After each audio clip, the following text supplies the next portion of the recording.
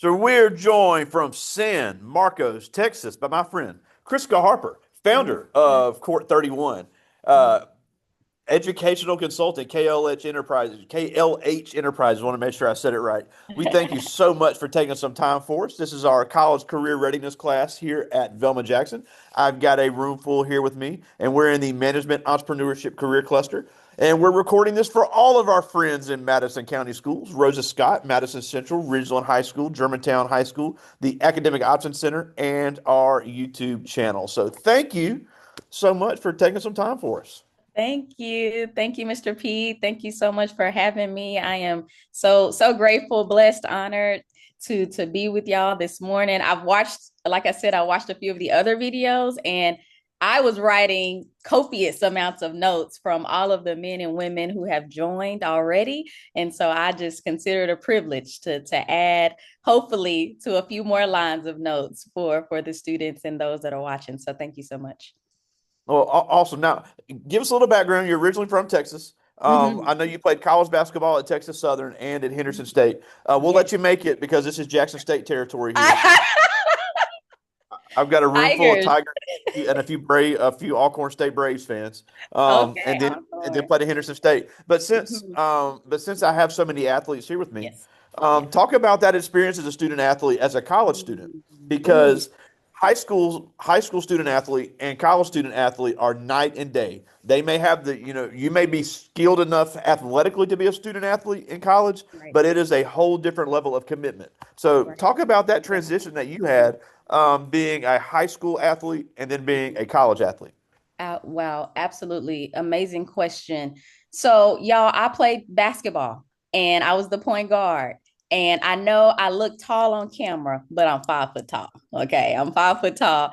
And so, playing high school basketball in the state of Texas, very big deal. We were able to win a high school state championship at the 5A level. And 4A, but now 5A now. And being in the state of Texas and having a particular brand, you start to get this identity that I'm a superstar. Like my nickname is Spoon, y'all, so y'all can call me Miss Harper, Coach K, Miss Spoon, whatever you want to do. But as Spoon, I'm like I'm a superstar. Like I'm signing Division 1, and I got it going on. Okay, I got it going on. Led the state in assists. And I got to college, and shout out to my classmates, Midway High School, 2009. Okay. I got to college and it like my eyes were huge. I'm like I said, I'm 5 foot tall. As my dad would say, I'm 100 pounds soaking wet at the time. Okay.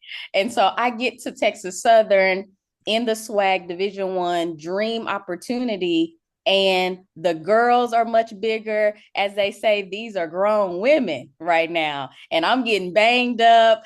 Y'all, first week of summer workouts, I call my dad and I'm like, oh my gosh, this is so hard, And so, though I'm tough, I wasn't as tough physically and mentally and emotionally as I thought I was. And your coaches and your parents and people tell you to increase your discipline. They tell you to work on your mindset. They tell you to work on your emotional intelligence, but it's nothing like getting there to really experience what that feels like and looks like.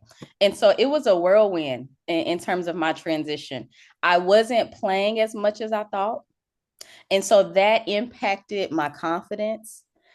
And it wasn't that I wasn't playing because of the skill level. I'm going to be honest with y'all. I wasn't taking coaching very well.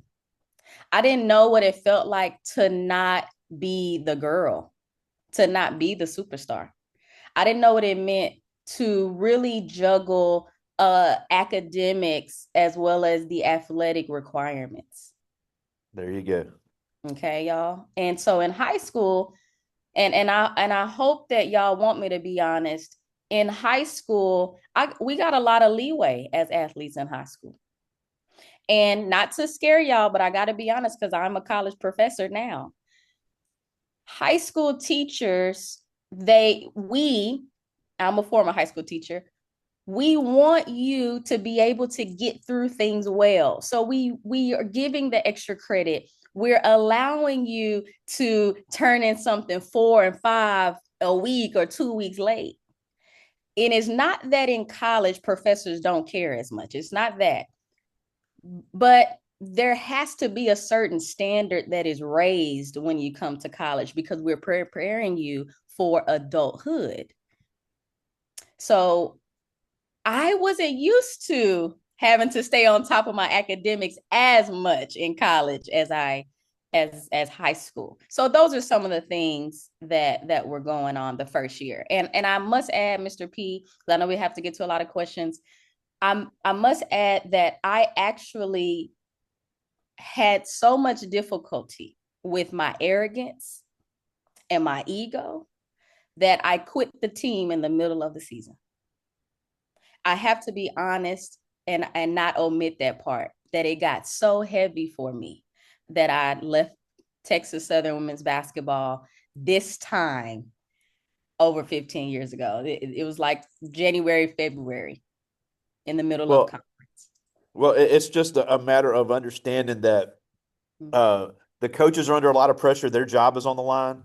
Mm-hmm. The university has a lot of money on the line, Mm-hmm. and just because you were everything in high school, you're going to be expected that tenfold. And then you mentioned the academics. I always tell this story because I think it's so funny. When Mm-hmm. I was at University of Southern Mississippi as a senior, the Mm-hmm. football team had played an ESPN national TV game at UAB the night before on Thursday night.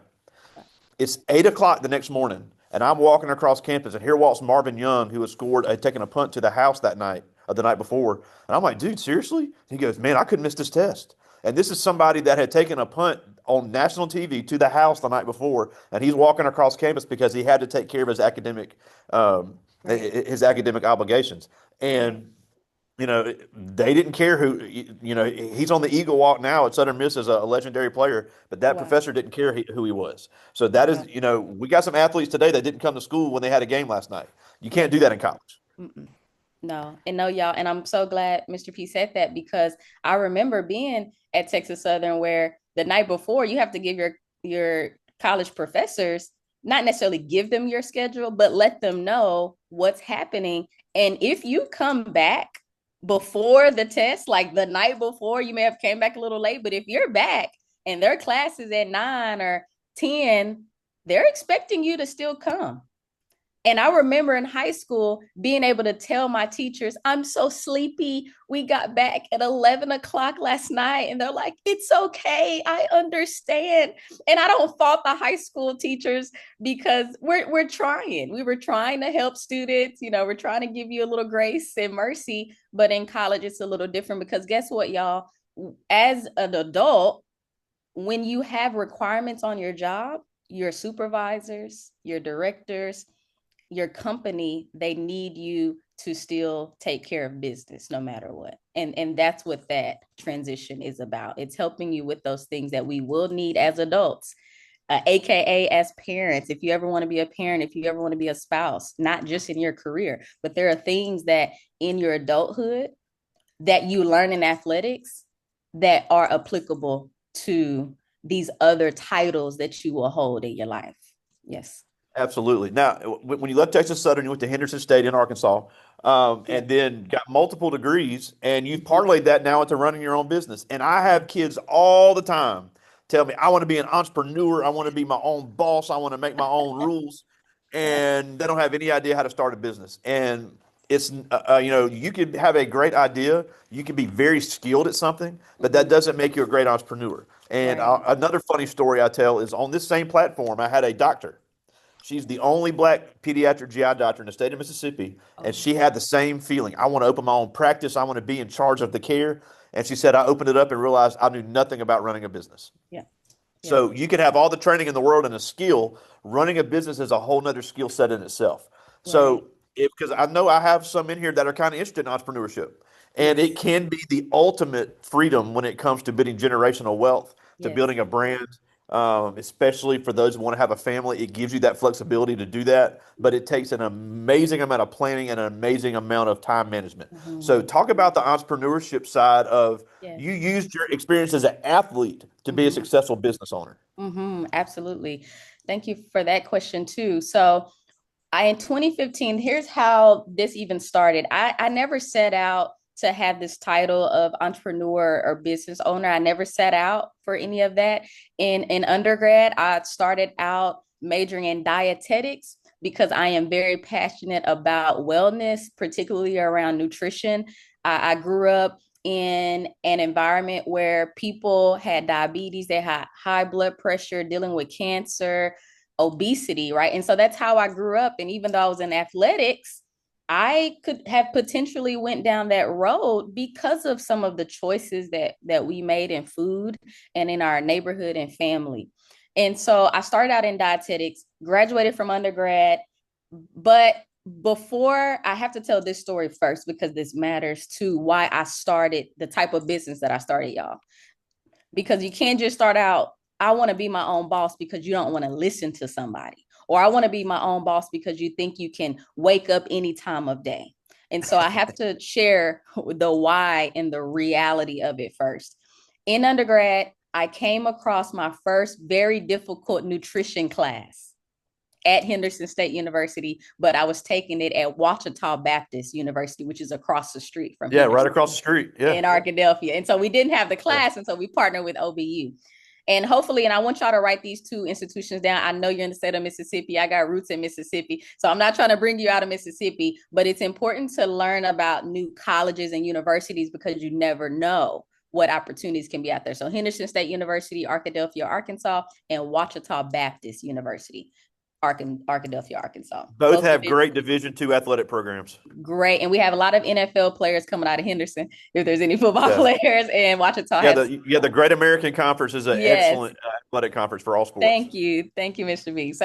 So I came across my first very difficult nutrition class. I made a D in the class. That was my first D ever in life since then. Okay. And I did not have anybody. I didn't have Mr. Greg. I didn't have a lot of people saying, Krissica, it is okay that you made a D. Now we have to get better at some of your learning strategies and systems in time management, but let's not give up on dietetics. Y'all, I made a D, I changed my major. I just felt like God was telling me, this is not for you because you didn't make your typical A, Krissica. So I changed my major to pre-law because I was also passionate about political science, justice, because my biological father was and is in the prison system, incarcerated, as well as my stepfather. And so I am a child of incarceration. And I saw that running throughout my neighborhood. I have friends that have been incarcerated since we were teenagers and things like that. So I was also passionate about the criminal justice system in hopes to help those that have been incarcerated. Okay. So I was also passionate about that. I changed my major to pre-law. I left undergrad and I was preparing to go to law school. And I just felt like God was telling me, I want you to be on the preventative side of the criminal justice system, meaning I want you to try to prevent young people from going to juvenile. Try to prevent people from going into the prison system and being incarcerated via the avenue of education. I start there because I said, I'm going to be a teacher.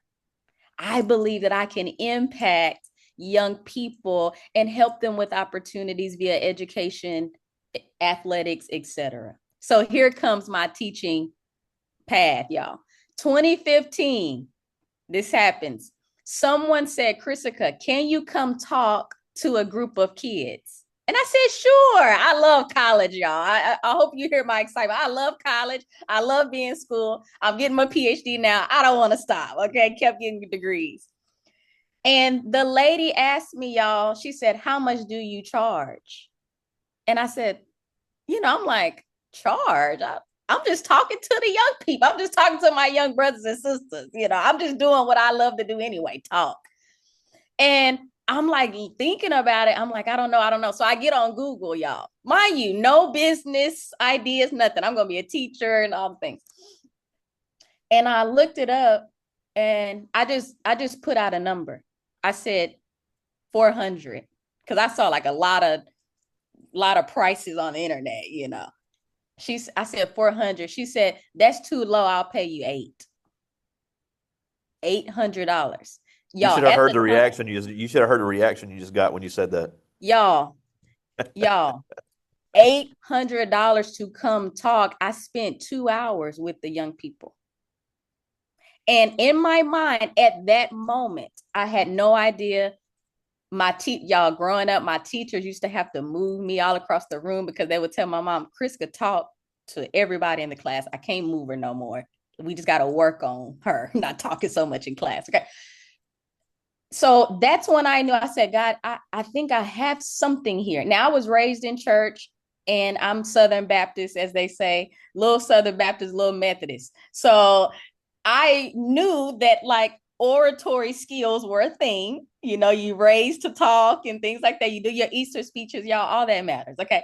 But I knew it was important, but I didn't know that about myself in terms of having a skill that can also be a resource to gain income. I did not connect those things outside of being a pastor or things like that. That is when I started talking to my mentors and my godfather, who's an attorney. I started talking. They said, you need to open up your own business. You can speak, you can do this as a business. And that's when it came. So that's where the journey started, y'all. And I had to start at the beginning because it is not about when you want to be an entrepreneur, there has to be a reason other than you don't want to listen to people and you think it's an easy way to make money. There you go. It can't be about happy birthday to anyone. Let me put my hands down. You saw the balloons, Mr. P. It can't be those things because what it requires to be a successful entrepreneur is not built in emotions. It is a discipline. It is strategy. It is heart. It is integrity. It is character. It is fellowship, not just leadership. It is emotional intelligence. It is discipline. See all the language. I hope you're writing all of those words down. It is patience. It is faith. It is saying no to things that are really difficult to say no to. And it's saying yes to things that are really scary to say yes to. And so I'm not trying to scare anyone, but I want you coming in knowing that this is entrepreneurship and business building has to be something that you really think critically about, because there are some of us like me who I have a business but I still work a job Yep. That's because actually I something I've yes, seen is more and more common because people want to yes, keep especially if you're working for the state, you get the state health yes, insurance. correct.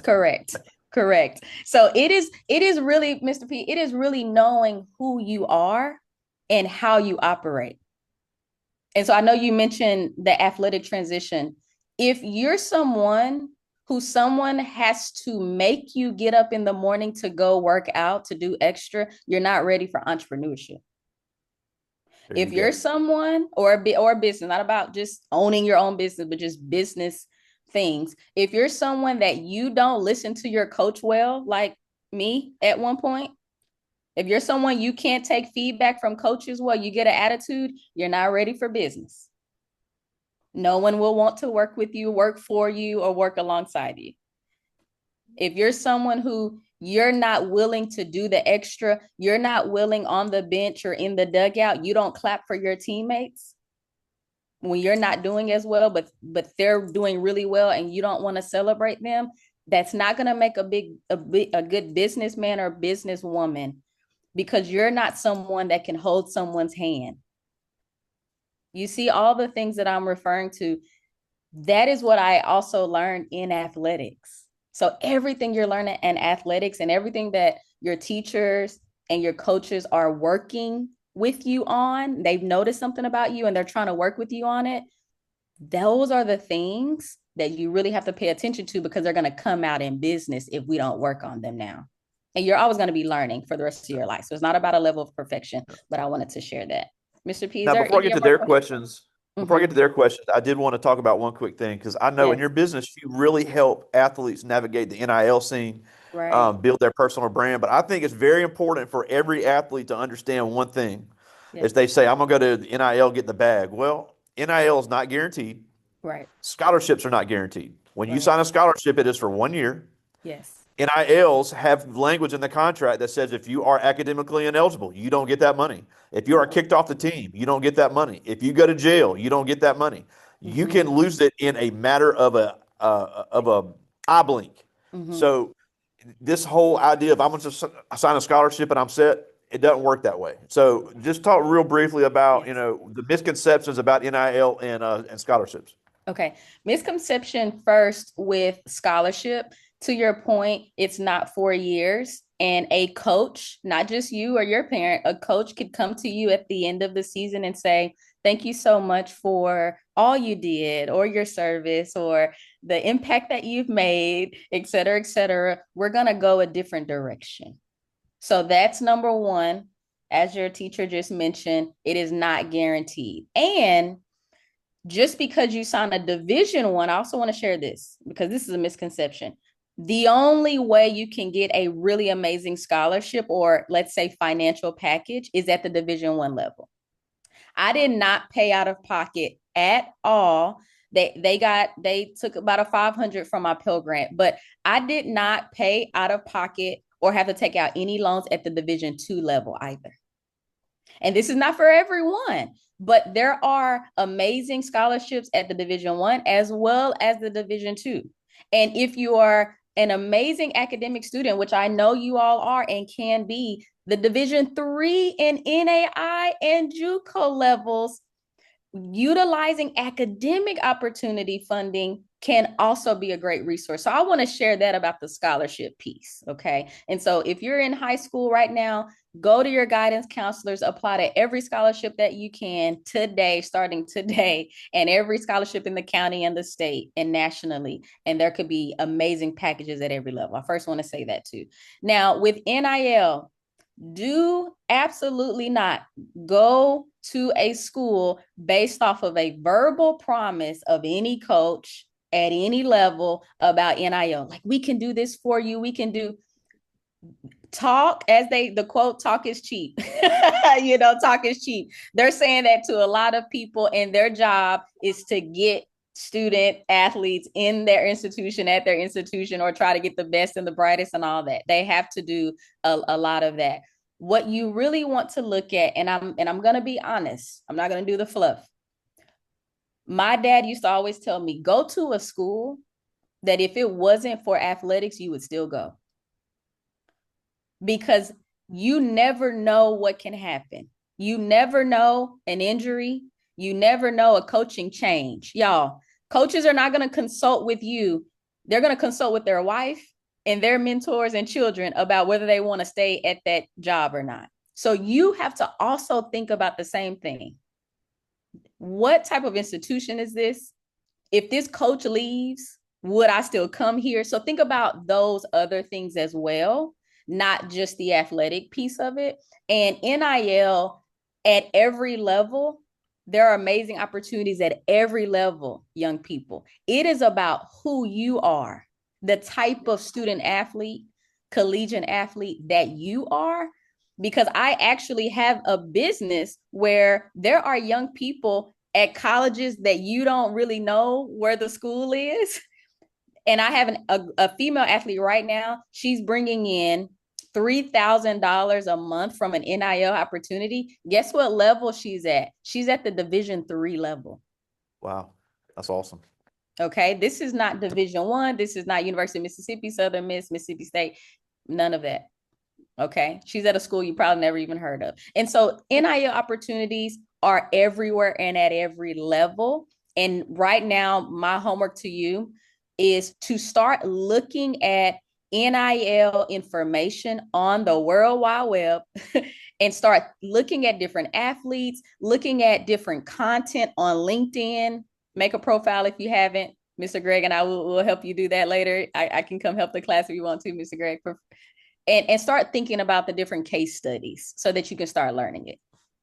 Yeah, and I'm glad you mentioned that because we have a lot of NAI schools here in Mississippi. Some of Yep. them are getting NIL money just because Right. an apparel startup had them wear their apparel and they took some pictures with it in a game. Exactly. So I mean, it's I know we hear about the big ones on the Power Four Yeah. football level, but there Yeah. is NIL opportunities for even the small schools. And thinking larger, write this down, y'all. NIL is not just about a financial gain. Look at NIL as access that will then have a ROI, a return on your investment in the way that you're engaging with the company. Like it's not just they're paying you for something. Sometimes it could be an opportunity to partner with them on a project where the exchange may not be financial, but now you're able to know who the CEO is, the CFO, by engaging just in conversations and volunteering and being a representative of a nonprofit. One of my young ladies, it's not a financial exchange. She just gets to be the ambassador of a very reputable golf company and brand in the Austin, Texas area because she's a golfer. Okay. And so the exchange is not financial, but guess what? After she graduates, she may have an opportunity to work with a pretty significant brand in Austin. Wow. And lastly, she has diabetes. So now she's an ambassador for a company, a technology company that helps women with diabetes. Wow. Who knows when she graduates, she may have an opportunity to work for that company. Okay. And so I want you to think about NIL, not just about exchange of money, but access and opportunity to companies and roles that you can get after you graduate. Love it. Well, I do have some questions here. I'll get to as Yes. many of these as I can. This first Yes, one yes, is yes. Terkala Chambers. She's in 10th grade. She plays volleyball here for us at Velma Jackson. And she asked, if you weren't playing basketball, what sport would you have played? Sis, you don't laugh at me. I'm still underhanding it on my volleyball serve. I love volleyball. So if it wasn't basketball, I played volleyball in middle school. See, I stopped in the seventh grade. We were still practicing the underhand serve. Okay. So it would be volleyball. I love volleyball. And I'm 5 foot tall, sis. So, I ain't really spiking or nothing, but I love volleyball. So shout out to you because the second option would be volleyball. So I got to still Awesome. learn about my overhand serve. This is Javarius Morrison. He's in 9th grade, plays baseball for us here at Velma Jackson. And he asked, what are some things that you ran into as far as problems playing basketball in college that you did not expect? Hmm. I was in Houston, Texas, bro. I was in Houston, Texas. I did not expect to, I did not expect for my eyes to be so open being in the big city. Like every weekend, y'all, I was trying to be. Now, are we still saying outside, y'all? Am I Yeah, behind? Okay. yeah, Y'all, I was so outside in Houston. I'm from a smaller town, Waco. It ain't that big. Okay. Where Baylor University is. yeah. I was trying to be somewhere every weekend. What I didn't expect, write this down, was the amount of study time that you need to not only catch up on work or learn the content, but to prepare for weekly assignments, bi-weekly tests, and the amount of papers that you have to write in college. So in high school, you tend to have a little bit of homework, if any, okay? And in college, you have so much content that comes in from your lectures. I used to think that, like, oh, I'll just read it before the class. I'll just study the night before the class. Y'all, write this down. I want you to know that in order to succeed at a high level academically, but to really exhaust from college the amount of time that you spend in college, a minimum 25 hours a week of study time. If you are someone in that class right now, you want to be an entrepreneur, I want you to write the number 25 down right now. And that is the minimum amount of focused academic time, whether that's tutoring, professor hours, time on task of studying the subject, 25 hours a week minimum, number one. Okay. And I didn't realize, bro, how much time I really needed to take in that content. And I couldn't be Big time. outside every single weekend. Big time. I Yeah. like this one. This is Josh Williamson. He's in ninth Hey, grade. Josh. Also, he plays football and baseball for us here at Velma Jackson. And he asked, has this platform allowed you to meet any famous people, and who's the most famous person you've met? Whoa, what a great question. I work with professional athletes, actually, y'all. I work with some pro athletes. The most famous person, the most famous athlete.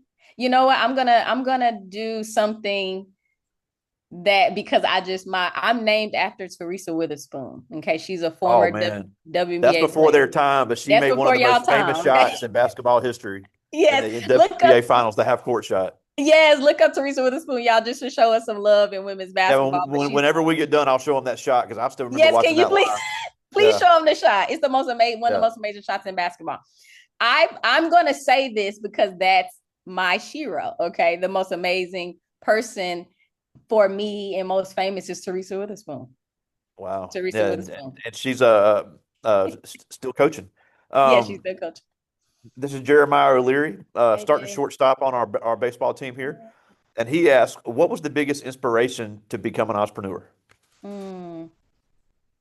After when I did that speech that I shared with y'all earlier that I got paid for the first time, I had a young lady write a note to me.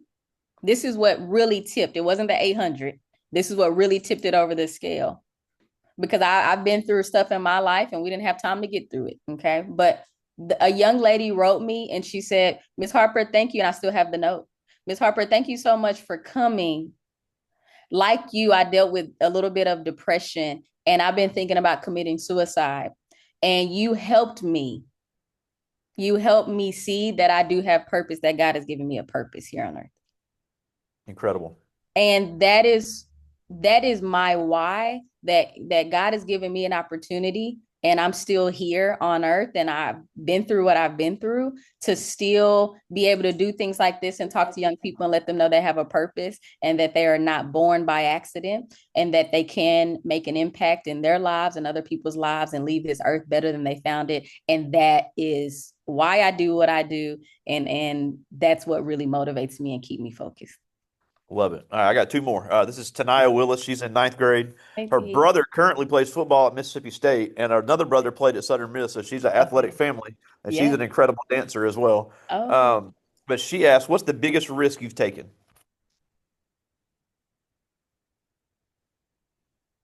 The biggest risk I've taken is that's an amazing question. I think the biggest risk I've taken, yeah, I'm currently getting my PhD. The reason why I say that's the biggest risk, I didn't always believe that I had a level of intellect that I could accomplish a PhD because I did have educators and was in environments where as a African American woman, you didn't see a lot of women that were doctors. And you didn't see a lot of people that talked about theoretical concepts and research and like researchers. Like I don't know a Black woman that's like, yes, and this is my research. And I didn't know those individuals growing up. And until I got to college and at Texas Southern, where you have a professor that's like Dr. So and so, like you don't know why they're a doctor. You just know that's your professor. That's a teacher. You're not thinking about like what degrees they have. I think that was my biggest risk That's because awesome. I didn't know like if I could do it. And I had fairly lower self-esteem academically in my intellectual mind. I'm confident in basketball. I'm confident in the way I speak or whatever the case may be, but my intellect, I had lower self-esteem. That's my biggest risk. Love And it. now Well, I I see got one that I can more, do and this is Caitlin Bill. She's in ninth grade. it. Okay. She's a power lifter here at Velma Jackson. We've won, I think, 7 state championships in powerlifting. But she asked, "What management skills do students need most today, and what are some ways you teach those decision making and leadership skills?" What management skills? Yep. Management. I would say the managing of your time and your emotions. Time and emotions. There are things that you can't control, but one thing you can't always control, write this down. You can't control what happens to you, but you can control how you respond. There you go. So the management of self, if you haven't written this down, emotional intelligence, how you're managing your emotions. So write down time management, emotional intelligence. Also write down this term that your professors, your teachers talk about a lot. They may not use these words, but they talk about it, is executive functioning skills. Executive functioning. I teach that. That was the second part of your question. I don't know if I can get to all of it, but that's the second part. What do I teach? Executive functioning. How are you managing you? When you go off task for 5 minutes, can you come back? Your cognitive skills, your learning how to learn skills. Okay. And so write those things down. Those are things that you can start learning right now. Start talking to your teachers. I'm very big on not just theoretical concepts, but how do we apply this today? For homework, y'all, about that question that she asked, talk to every one of your teachers and ask them, what is something that I need to work on?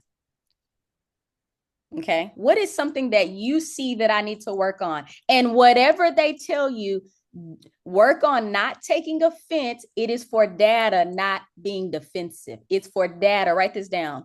When people provide feedback, use it as data. Don't be defensive, because there are some things that people tell you that are not always going to be correct. And so we take that in and we take that in as data and we say, okay, what do I need to do with this information? And not get defensive. Guess what? That is a part of managing. You're managing language, you're managing words, you're managing feedback, you're managing response. Okay. All of that you'll need in entrepreneurship, but all of that you need in life. Okay. And write this down, y'all. When people provide you feedback, think about if it's something that is factual. Okay. And if it's something that is factual, now you have to manage your feelings. Okay. And so those are all management things. Love it. Well, we're almost out of time, Yes, and yes, we yes. thank you so much for taking some time for us. But a couple things before we go. Yes. KrissicaHarper.com is your website. All your links to your social media is on there. Really great content. So I encourage everybody to go there, and that's just your name, one word. .com is the website. But the last thing before we go, as we continue to celebrate Black History Month and we look at all the contributions of Black entrepreneurs, one thing I always say is I know a lot of people have paved the way. People like yourself are there now, but we need more successful young Black men and women to continue to change the narrative and to continue to push the envelope. And just because you haven't seen it, you just said you didn't grow up seeing Black women with PhDs. Just because you haven't seen it doesn't mean you can't achieve it. You can be the first and you can be the best at it. So as these kids start making decisions from high school to their next step, why do they need to know that they are not only needed but necessary to be successful as young Black men and women? Write this name down if you don't know who he is. George Washington Carver. You've probably heard him as the Peanut Man. Okay. And so, but I want you to learn much more about who he is. Okay. So, George Washington Carver. You need to know that who you are, and I mentioned it very briefly, that you are not an accident, that you're here on this earth to learn, number one, okay, because we're all learning, but you're here on this earth because there's something inside of you that the world needs, not wants. We need what you have inside of you. And it's not, we don't need your money. Like, we don't need you to be a billionaire. Like, you're here to be a billionaire. Everyone's going to be a billionaire. No, we need the gift, the skill, the character that you have in you, the light that you have in you to make this world and help this world be a brighter and better and stronger place. We need that. But not only do we need it, you need it. You need you. Okay, you need you. And you've learned a lot about your ancestors. I'm sure there are things that you have learned about the path that African Americans have taken in various forms. Okay. And you can learn about that. And know this, that everything that our ancestors of all colors and races, the influence of all people of this world has gotten us and you to this point to say, how can I take all of that wisdom, not just from African Americans or those of African descent, but the peoples of the world, take all the amazing and beautiful things from the peoples of the world and take that wisdom and help push us forward as a society. I don't have to tell you what's happening in the world. You see it. So take the wisdom that you've been given and let's do something with it. And at the end of your life, when you're on your last breath, you want to be able to say, I gave it all I had and I left this world as strong as I could. And that's what Love you it. want to be able to say. Love it. And that's Yes, a sir. great way to end. But we just thank you Yes. so much for joining us today, all the way from San Marcos, Texas. Krissica Harper, we thank you so much for taking some time for us today. Thank you. Thank y'all. All right, talk to you soon. Yes, sir. Thank you, Mr. P. Talk to y'all See later. you.